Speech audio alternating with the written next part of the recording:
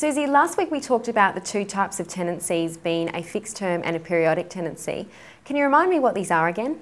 A fixed term tenancy is a tenancy agreement for a very specific period of time, and this is generally negotiated between the landlord and the tenant at the beginning of the lease.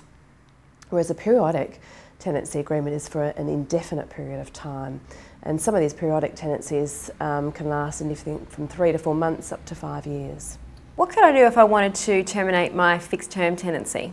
Termination of a fixed term tenancy is actually quite a costly exercise. Firstly, I recommend you contact your agent. You've got to have your agent discuss this with the landlord. It's got to be agreed in writing by both parties.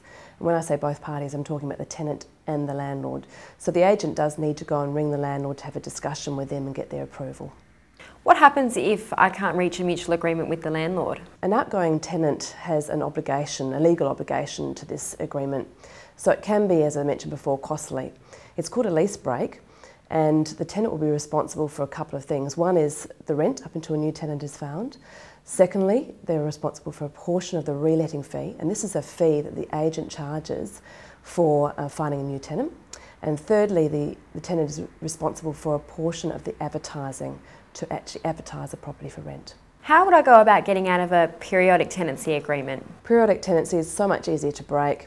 It really just requires, once again, contacting your agent in writing and giving notice. In terms of how much time you have to give, it does depend on how often you pay your rent.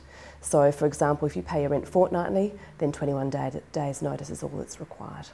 Would you say renters need to be really careful then before they do break their lease? Absolutely. It is extremely costly for any tenant to break their lease on a fixed term tenancy, so please read your tenancy agreement in full. Definitely some important advice, so thank you for that, Susie. Thanks, Elise.